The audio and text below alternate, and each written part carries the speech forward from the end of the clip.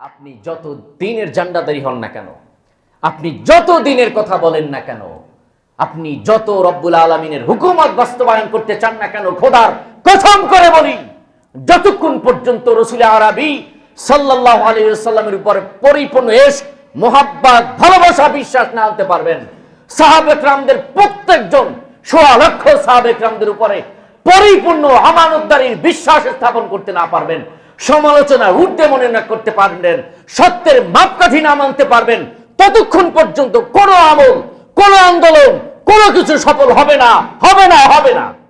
আল্লাহর হাবিব বলেছেন, তুমি সঠিক পথ প্রাপ্ত হবে, তুমি জান্নাতের পথ তোমার জন্য সুগম হবে। বলুন সুবহানাল্লাহ। আল্লাহ বললেন, রাদিয়াল্লাহু আনহুম ওয়া রাদু আন, আমি এই সাহাবায়ে কেরাম রিদওয়ানুল আজমাইনদের উপরে সন্তুষ্ট। আল্লাহ তাবারক ওয়া তাআলা বলেছেন, আমি সাহাবায়ে কেরামদের উপরে সন্তুষ্ট, তারাও আমার উপরে সন্তুষ্ট। বলুন সুবহানাল্লাহ। যারা ভুল করে, অন্যায় করে, গুনাহ করে, পাপ করে, আল্লাহ তাদের উপর কোরআনুল আয়াত নাজিল করে কি বলবেন যে আমি তাদের উপর সন্তুষ্ট? কথা বলেন। আল্লাহ বলছেন, রাদিয়াল্লাহু আনহুম ওয়া রাদু আন, সাহাবায়ে কেরাম আমার উপরে সন্তুষ্ট আর আমি সাহাবায়ে কেরামদের উপরে সন্তুষ্ট। আল্লাহ তাবারক ওয়া তাআলা বললেন, তোমরা তাদের মতো ঈমান আনো। বলুন সুবহানাল্লাহ। কাদের মতো? সাহাবীদের মতো ঈমান আনতে আমাদেরকে বলেছেন। তো সাহাবায়ে কেরাম যদি সত্যের মানদণ্ডই না হন, তাহলে কি হবে বলেন? আপনি মনে করেন, একটা সিম্পল একটা আপনাকে উদাহরণ দেই, যে আমরা সাহাবায়ে কেরামদের উপর যদি মিথ্যারোপ করি, বিদ্যাচরণ করি, তাদের সমালোচনা করি, তাহলে কাতেবে ওহী 10 জন সাহাবী ছিল। কয়জন? কথা বলেন। 10 জন সাহাবী ছিল। তার মধ্যে হযরত মুআবিয়া রাদিয়াল্লাহু তাআলা আনহু আছেন। কে আছেন? আপনি মনে করেন মুআবিয়া রাদিয়াল্লাহু তাআলা আনহু অথবা ওসমান রাদিয়াল্লাহু তাআলা আনহুকে নিয়ে যদি আমি সমালোচনা করি, মনে করেন একদল ভাইরা আমাদের সমাজে আছেন যারা ইসলামের কথা বলে, দ্বীনের কথা বলেন। মুআবিয়া রাদিয়াল্লাহু তাআলা আনহুকে বলেছেন তারা ইসলামী দল তারা দাবি করে। মুআবিয়া রাদিয়াল্লাহু তাআলা আনহুকে বলেছেন, মুআবিয়া রাদিয়াল্লাহু তাআলা আনহু মিথ্যা সাক্ষী এবং মিথ্যা সাক্ষী সংগ্রহকারী ছিলেন। নাউজুবিল্লাহ বলেন। অথচ মুআবিয়া মানাকিবে আসহাবী রাসূল সাল্লাল্লাহু আলাইহি সাল্লামের অসংখ্য হাদিস মুবারক মুআবিয়া রাদিয়াল্লাহু তাআলা আনহুর উপর হাদিস এসেছে। আল্লাহ নবী বলেছেন, সর্বপ্রথম হিন্দুস্তানে যে সফর করবে, যুদ্ধের নদীতে অর্থাৎ নদী পথে যে যুদ্ধের সেনাপতি হবে, যুদ্ধ পরিচালনা করবে, আল্লাহ তাবারক ওয়া তাআলা তাকে কবুল ও মঞ্জুর করবেন, তিনি মুআবিয়া রাদিয়াল্লাহু তাআলা। বলুন সুবহানাল্লাহ। আল্লাহ নবী সাল্লাল্লাহু আলাইহি ওয়াসাল্লাম বলেছেন, বদরের যুদ্ধে যে সকল সাহাবায়ে কেরাম সংযুক্ত হয়েছেন, আল্লাহ তাবারক ওয়া তাআলা তাদেরকে কবুল করেছেন, তাদের উসিলা দিয়ে আল্লাহ তাবারক ওয়া তাআলা দোয়া করতে বলেছেন। বলুন সুবহানাল্লাহ। মুআবিয়া রাদিয়াল্লাহু তাআলা আনহু বদরি সাহাবীদের অন্যতম একজন সাহাবী। এভাবে অসংখ্য ফজিলত মুআবিয়া রাদিয়াল্লাহু তাআলা আনহুকে নিয়ে হাদিস মুবারকে বর্ণিত হয়েছে। এখন আপনি যদি বলেন মুআবিয়া রাদিয়াল্লাহু তাআলা মিথ্যাবাদী ছিলেন, তাহলে আপনি বলেন তো মুআবিয়া রাদিয়াল্লাহু তাআলা তো কাতেবে ওহী ছিলেন। কি ছিলেন? কাতেবে, অর্থাৎ রাসূলের উপরে কোরআনুল কারীম নাজিল হতো আর মুআবিয়া রাদিয়াল্লাহু তাআলা কি করতেন? লিখে রাখতেন। আপনি মনে করেন আমি একটা বই লিখেছি, কিন্তু আমার উপরে আপনার ধারণা হলো আমি মিথ্যা কথা বলি। কি বলি? মিথ্যা কথা বলি এবং মিথ্যা রেফারেন্স দেই, মিথ্যা সাক্ষী সংগ্রহ করি। আমার উপর আপনার ধারণা, আমি যতই রেফারেন্স দিয়ে আমি কথাগুলো বলি আর আমার বইটা লিখি, আপনার ওই বইয়ের মধ্যে সন্দেহ থাকবে কিনা? কথা বলেন, থাকবে কিনা?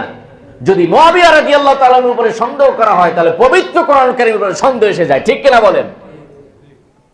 আল্লাহর হাবিব সাল্লাল্লাহু আলাইহি সাল্লাম যাকে কাতেবে ওহীর দায়িত্ব দিয়েছেন, আপনি তাকে নিয়ে মিথ্যাচারিতা করছেন, আপনি তার চরিত্র নিয়ে কথা বলছেন, আপনি তার চরিত্রের উপরে মিথ্যা তহমত লাগিয়েছেন, আপনার ঈমান শেষ হয়ে গেছে। আপনি যদি আকীদা পোষণ করেন আর আপনি যদি বিশ্বাস পোষণ করেন, তাহলে খোদার কসম করে বলি, আপনি যত নামাজ পড়বেন, ইবাদত বন্দেগী করবেন, যত সাজদা দিবেন, আপনি তাহাজ্জুদ নামাজ পড়বেন, খোদার কসম করে বলি কোন সাজদা রব্বুল আলামিনের দরবারে পৌঁছাবে না। ইসলামের ইতিহাসে খারিজি ফিরকা তাদের আকীদা ছিল হযরত আলী রাদিয়াল্লাহু তাআলা আনহুকে তারা মুসলমান মনে করতেন না। নাউজুবিল্লাহ বলেন। আলী রাদিয়াল্লাহু তাআলা আনহুকে তারা মুসলমান মনে করতেন না, কাফের মনে করতেন। আলী রাদিয়াল্লাহু তাআলা আনহুর অনুগামী অনুসারী যারা ছিল তাদেরকেও কাফের মনে করতেন। এই মানুষগুলো কত জঘন্য ছিল, কত আহাম্মক ছিল, কত খারাপ মানুষ ছিল। হযরত আব্দুল্লাহ ইবনে সালাম রাদিয়াল্লাহু তাআলা আনহু হযরত আলী রাদিয়াল্লাহু তাআলা আনহুর অনুগামী ছিলেন, তার হাতে বায়াত গ্রহণ করেছিলেন। আব্দুল্লাহ ইবনে সালাম রাদিয়াল্লাহু তাআলা আনহু তার স্ত্রীকে নিয়ে হাওদায় চলে যাচ্ছিলেন, গোরার পথে যাচ্ছিলেন। তার স্ত্রী তখন 7 মাসের সন্তান সম্ভবা। কয় মাস? 7 মাস। এই খারিজি ফিরকারা তখন বললেন জিহাদু ফি সাবিলিল্লাহ, এই যে আব্দুল্লাহ ইবনে সালাম যাচ্ছেন তাকে তোমরা হত্যা করো, মানে জিহাদ ফি সাবিলিল্লাহ। আব্দুল্লাহ ইবনে সালাম একজন জলিল কদর সাহাবী, তার উপর আয়াতে কারিমা নাজিল হয়েছে, তাকে কেন্দ্র করে আয়াতে কারিমা নাজিল হয়েছে উদখুলু ফিস সিলমি কাফা ওয়ালা তাত্তাবিউ খুতুওয়াতিশ শায়াতিন। আল্লাহ তাবারক ওয়া তাআলা তাকে নির্দিষ্ট করে আয়াতে কারিমা নাজিল করলেন। এমন একজন সাহাবা একরাম হযরত আলী রাদিয়াল্লাহু তাআলা আনহুর অনুগামী থাকার কারণে তাকে কতল করা জিহাদ ফি সাবিলিল্লাহ বলে ঘোষণা দিল। এমন ভাবে হত্যা করা হলো, আব্দুল্লাহ ইবনে সালাম রাদিয়াল্লাহু তাআলা আনহুকে ধরে সর্বপ্রথম তার গোরাটাকে কতল করা হলো। এরপরে 6 মাসের সন্তান সম্ভবা তার স্ত্রীর পেটের উপরে এমন ভাবে আঘাত করা হলো, জীবন্ত শিশু বাচ্চাটা বের করে নিয়ে এসে বলেন নাউজুবিল্লাহ, এমন ভাবে পেটের উপরে তাকে আঘাত করেছে। 7 মাসের সন্তান, 7 মাসের সন্তান তারা তার প্রসব রাস্তা থেকে বের করে দিয়েছে, নাউজুবিল্লাহ। এরপর আব্দুল্লাহ ইবনে সালাম রাদিয়াল্লাহু তাআলা আনহুকে তারা কতল করেছে। আপনি মনে করেন সাহাবী আব্দুল্লাহ ইবনে সালাম রাদিয়াল্লাহু তাআলা রাসূল পাক সাল্লাল্লাহু আলাইহি ওয়াসাল্লাম হাত মোবারকে হাত রেখে তিনি ইসলাম ধর্ম গ্রহণ করেছেন, দীর্ঘ বছর আল্লাহর হাবিবের সান্নিধ্য পেয়েছেন। আব্দুল্লাহ ইবনে সালাম রাদিয়াল্লাহু তাআলা আনহুকে তারা হত্যা করলেন। এভাবে অসংখ্য সাহাবা একরামদেরকে হত্যা করেছেন। হযরতে ওমর, হযরতে আলী রাদিয়াল্লাহু তাআলা আনহু যখন এই রমজান চলাকালীন সময়ে যখন এই তারাবিহের নামাজ আদায় করে যখন বাড়ি ফিরছিলেন, আব্দুর রহমান ইবনে মুলজিম নামক একজন এই ঘাতক হযরতে আলী রাদিয়াল্লাহু তাআলা আনহুকে অতর্কিতভাবে হামলা করে ছিন্ন ভিন্ন করে ফেলেছেন। নাউজুবিল্লাহ মিন জালিক, নাউজুবিল্লাহ। কিন্তু তার আমল ছিল কেমন জানেন? শুনবেন, তার আমল কত কঠিন ছিল। যিনি হযরত আলী রাদিয়াল্লাহু তাআলা আনহুকে হত্যা করেছেন, শাহাদাত বরণ করিয়েছেন, অসংখ্য ছিন্ন ভিন্ন করেছেন, যার শরীর মোবারক হয়। তার আকীদা ছিল হযরত আলী রাদিয়াল্লাহু তাআলা আনহু কি কাফের? বলেন কি ছিল তার আকীদা?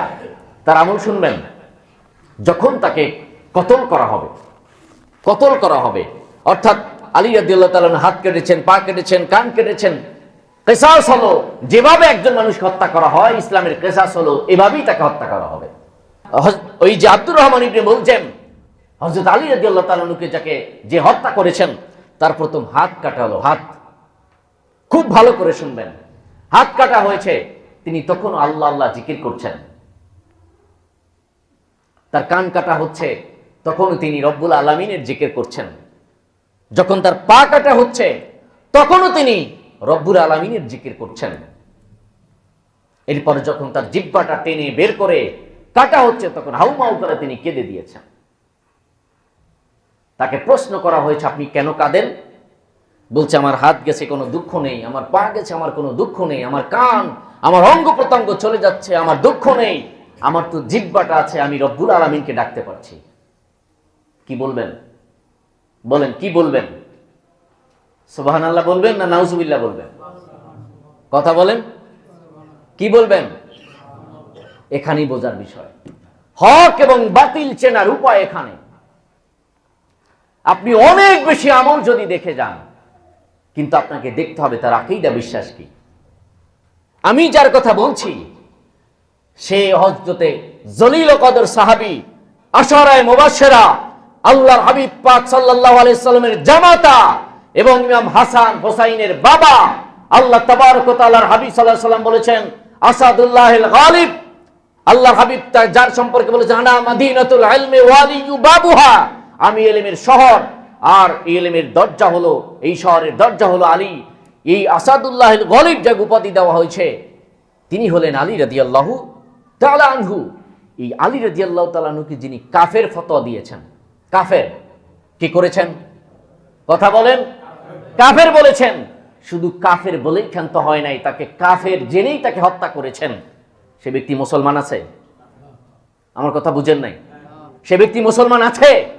এই ব্যক্তি যত আমল করুক, এই ব্যক্তি যত মুত্তাকি হোক, এই ব্যক্তি সারা জীবন সাজদায় পড়ে থাকুক, একটা সাজদা রব্বুল আলামিনের দরবারে পৌঁছবে না। ঠিক কিনা বলেন?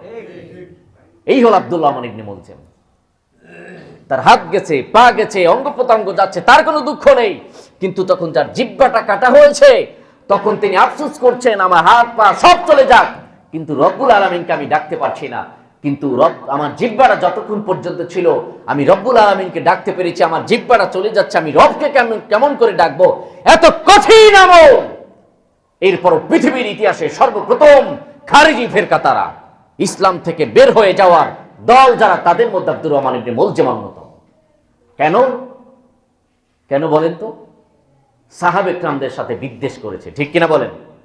সাহাবে কেরামদের সমালোচনা করেছে, সাহাবে কেরামদের সাথে শত্রুতা করেছে, সাহাবে কেরামদের অযাচিত গালিগালাজ করেছে। তাদের ঈমান বরবাদ হয়ে গেছে। কি হয়েছে বলেন? ঈমান বরবাদ হয়েছে। আপনি যত দিনের জান্ডাদারি হন না কেন, আপনি যত দিনের কথা বলেন না কেন, আপনি যত রব্বুল আলামিনের হুকুমত বাস্তবায়ন করতে চান না কেন, খোদার কসম করে বলি, যতক্ষণ পর্যন্ত রাসূল আরবি সাল্লাল্লাহু আলাইহি ওয়াসাল্লামের উপরে পরিপূর্ণ ইশক, মুহাব্বত, ভালোবাসা, বিশ্বাস না আনতে পারবেন, সাহাবে কেরামদের প্রত্যেকজন, ১৬ লক্ষ সাহাবে কেরামদের উপরে পরিপূর্ণ আমানতদারির বিশ্বাস স্থাপন করতে না পারবেন, সমালোচনা ঊর্ধ্বে মনে না করতে পারবেন, সত্যের মাপকাঠি না মানতে পারবেন, ততক্ষণ পর্যন্ত কোনো আমল, কোনো আন্দোলন, কোনো কিছু সফল হবে না, হবে না, হবে না।